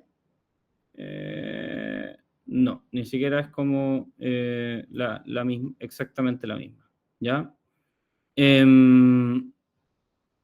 Así que, nada, quedan métricas totalmente, o sea, quedan, ¿cómo se llama? Quedan documentos totalmente distintos con la mayor similitud en términos de distancia. Acá obviamente está calculando la menor distancia entre los documentos, ¿ya? Y eso está ok, que sea así, porque son métricas que efectivamente miden cosas distintas, ¿ya? Y luego tenemos la de Yakar. También vamos a hacer el mismo ejercicio. Vamos a definir primero la función de Yakar, después vamos a... Perdón, ¿alguien? Sí. Disculpen.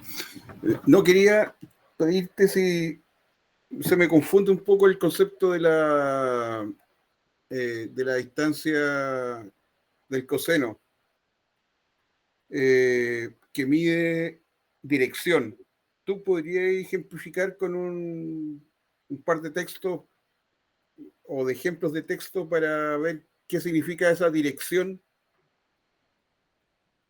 entre dos textos? Lo que pasa es que te mide la dirección, es la dirección del vector. Entonces, esta what are the questions should not ask on Quora, se representa como un vector, ¿ya? Y lo que uno espera es que este vector, este es which question should I ask on Quora, que es qué pregunta voy qué tipo de pregunta, cuáles son las preguntas que voy a preguntar en Quora. Y estas son cuáles son las preguntas que no voy a preguntar en Quora. Al tener la negación, eso lo que va a generar en términos de la representación del embedding es que la dirección en la que está yendo este vector va a ser levemente distinta a la que está esto, porque esto es la negación de una, es la negación de la otra, ¿cierto? Siguen siendo el significado similar, solamente que una es la negación de la otra, y por eso van en direcciones no exactamente opuestas, pero sí van en direcciones distintas, ¿ya? Ahora, la otra ya tienen un significado ya distinto, que es, esto habla de las respuestas y esto habla de las preguntas, y eso va a hacer que, en términos de representación vectorial, esto esté aún más alejado que esto en términos de semántica, ¿cierto? Porque semánticamente el concepto es, esto habla de respuestas a las preguntas de Quora y esto habla de preguntas. Y ahí, por lo tanto, la distancia va a ser aún más grande, ¿sí? Sí, ahora entendí. Eso. Ya, y ahí está el código. Mira, no voy a ahondar mucho en el código pero simplemente compara, hace las comparaciones, hace el cálculo, ¿ya? Y queda el código hecho para que ustedes puedan llegar y hacer un cálculo ocupando texto para cada una de las distancias, ¿ya? Entonces ahí simplemente jueguen con el código. Y después hace una comparación de las tres para los mismos documentos, ¿ya? O sea, agarra los mismos documentos basados en Jacquard. Yo podría haber agarrado otros labels, podría haber agarrado labels, por ejemplo, del índices Euclidean o del cosine similarity. De hecho, podría... A ver, déjame ver si me funciona. Típico, obvio que no me va a funcionar. Este es un clásico. Siempre que hago esto, se rompe. Pero, porque... Ah, mira, me funciona ya. Entonces, estos son los documentos que están... Acá ustedes le cambian el índice. Digamos que acuérdense que cada índice que escogió de los 5 primeros no son necesariamente los mismos. Entonces, yo acá le digo, en esta parte lo voy a dejar que finalmente lo dejamos basado en similitud del coseno.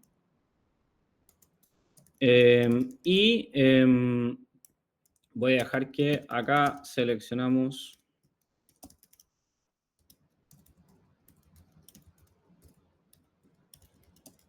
los documentos que vamos a evaluar, ¿ya? Y para esos documentos, en el fondo, hacemos la comparación, ¿ya? Entonces, nada, simplemente graficamos, digamos, los índices donde hacemos estos scores, ¿ya? Y lo que en el fondo vemos es que efectivamente la distancia del coseno, para la distancia del coseno, digamos, este era el mejor candidato. Acuérdense que la distancia del coseno es, mientras más cercano a 1, más iguales son, y lo que estábamos buscando eran los más iguales, ¿ya? En la euclidiana al revés, yo estoy, o sea, la euclidiana en el fondo, yo mido distancia, y por lo tanto, mientras más chico es, más similar es, ¿ya? Acuérdense de esa diferencia, ¿ya? Y eso, po. Acá me muestra que en el fondo, digamos, los datos de similitud del coseno efectivamente eran los que andaban como lo- la diferencia entre similitud del coseno, euclidiana y Jacquard. No sé si está tan bueno mostrarlo así como los tres comparativos para cada documento, porque como uno, este baja y el otro sube, no sé si es tan buena la idea de mostrarlos de esa forma. Quizás le voy a aplicar como algún tipo de escalamiento para que queden como en distancia equivalente, para que signifiquen lo mismo, porque como la euclidiana es mejor cuando baja y el coseno es mejor cuando sube, este gráfico no se entiende bien. Ahora me acabo de dar cuenta, pero lo voy a cambiar, ¿ya? Voy a hacer que todos tengan la misma dirección, ¿vale? Es decir, que todos sean mejor cuando suben o todos sean mejor cuando bajan, pero le voy a aplicar algún tipo de cálculo para que quede de esa forma, ¿ya? Me parece que es haciendo como un 1 menos el coseno queda listo, pero no quiero hacerlo ahora porque quiero asegurarme de que eso efectivamente es así, ¿ya? Y también tengo que hacerlo, escalarlo, porque me quedó claro, con las métricas absolutas, y las métricas absolutas no son comparables entre ellos, ¿ya? Sorry por eso, que no, esta fue una improvisación de último minuto que por supuesto no salió tan bien. Pero les voy a hacer el gráfico como comparable totalmente. Sí, estas improvisaciones siempre las miro después y me doy cuenta, pucha, me faltó escalarlo, me faltó llevarlo a una escala similar y todo. Pero bueno, ahí lo voy a hacer y lo voy a dejar en el código, ¿vale? Lo importante es que están, digamos, las tres métricas calculadas y ustedes pueden ocupar cada una. Ya expliqué cada una. Y la invitación es a entender estas diferencias, ¿ya? En el fondo, entender que unos sirven más para capturar la semántica, otros te van a servir más cuando los textos cortos, en verdad lo que importa son las palabras y no importa tanto si el significado es el mismo o no es el mismo. Y hay otros que sirven más para textos, para capturar cuando los textos son más largos. Y así cada métrica está diseñada y tiene sus pros y sus contras, y está diseñada para, digamos, con algún objetivo en particular, ¿ya? Cuando quieres calcular, por ejemplo, similitudes, es mejor la distancia del coseno. Cuando quieres capturar diferencias, es mejor la distancia euclidiana, por ejemplo, ¿sí? Y así sucesivamente. Si ya quieren ahondar más, vayan a la matemática y traten de entender por qué efectivamente la distancia euclidiana, por ejemplo, es mejor para capturar diferencias y el coseno para capturar similitudes. Yo ya expliqué lo del coseno por el tema porque importa mucho para este proyecto, pero en el fondo cada una tiene, al igual que el coseno, como que el producto punto, y tiene su explicación matemática de por qué es mejor para un objetivo que para otro.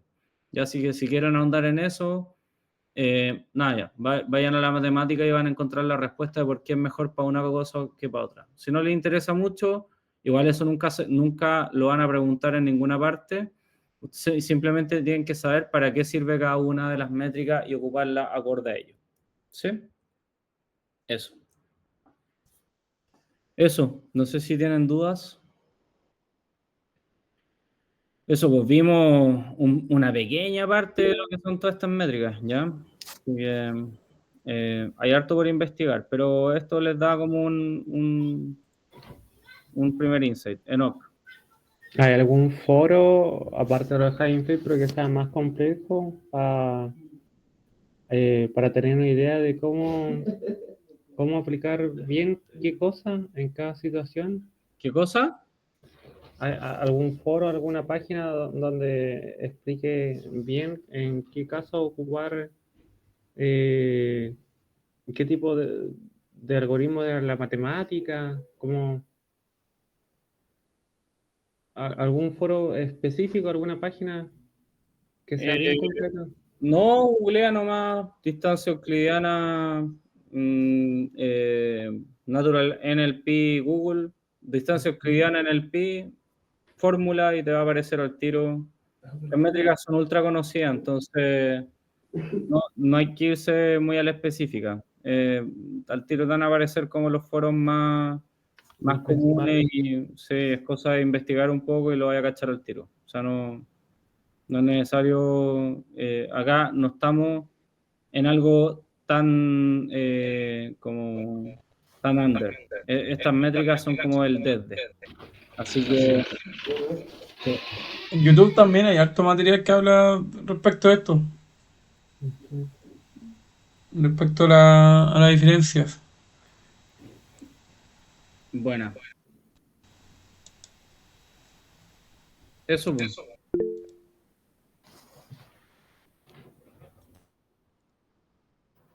Una consulta, me quedo dando vuelta delante lo del recuperación o recall. Parece que te había dado 0,7. ¿Qué número es bueno en ese caso llegar? Nuevamente, depende, siempre las métricas dependen del contexto. Un 0,7, por ejemplo, puede ser un buen recall para un problema de marketing y puede ser un pésimo recall para un problema de crédito o de salud. Entonces, depende mucho del contexto en el cual te estás moviendo. No existe, en Data Science en general, no existe ese tipo de reglas como si esto está arriba de esto, entonces X, y si no, Y. Es muy contextual y acorde a los criterios del negocio que estáis definiendo y todo. ¿Sí? Ok, gracias. Por eso que más importante que entender eso o aprenderse eso de memoria es entender el significado, porque así después lo voy a ocupar como en contexto de negocio. Si, por ejemplo, esto es el alcance que tenéis en la gente que vaya a diagnosticar con diabetes, un 76% no anda tan bien porque vaya a dejar a un 25% de la población sin diagnóstico. Y ese 25% va a tener diabetes, y eso te va a costar mucha plata. Y además te va a costar gente enferma y muerta. Entonces, probablemente eso no es tolerable. Sin embargo, si es para el alcance de una campaña de marketing, probablemente sí. Entonces, ¿cachai? Que ahí como que mientras sepáis el significado, vais a poder aplicar tu propio criterio para determinar cuándo un buen umbral y cuándo no. Normalmente, además, hay benchmark a nivel de negocio si es que no estáis resolviendo un problema, digamos, como de investigación. Si estáis resolviendo un problema que ya se ha resuelto antes, siempre hay un benchmark y lo tenéis que buscar. ¿Sí? Ok, gracias. Eso. ¿Dudas? No, ya, es tarde, así que nos vamos a dormir. Ya, pues, eso es todo. Que estén súper bien. Ojalá les haya gustado y en el próximo taller vamos a ver cosas un poco más avanzadas. Pero este fue como la introducción a métricas. ¿Sí? Muchas gracias, Jair. Métricas 101. Muchas gracias. Chao, chao. Chao, que estén bien. Muchas gracias. Chao, chao. Cuídense.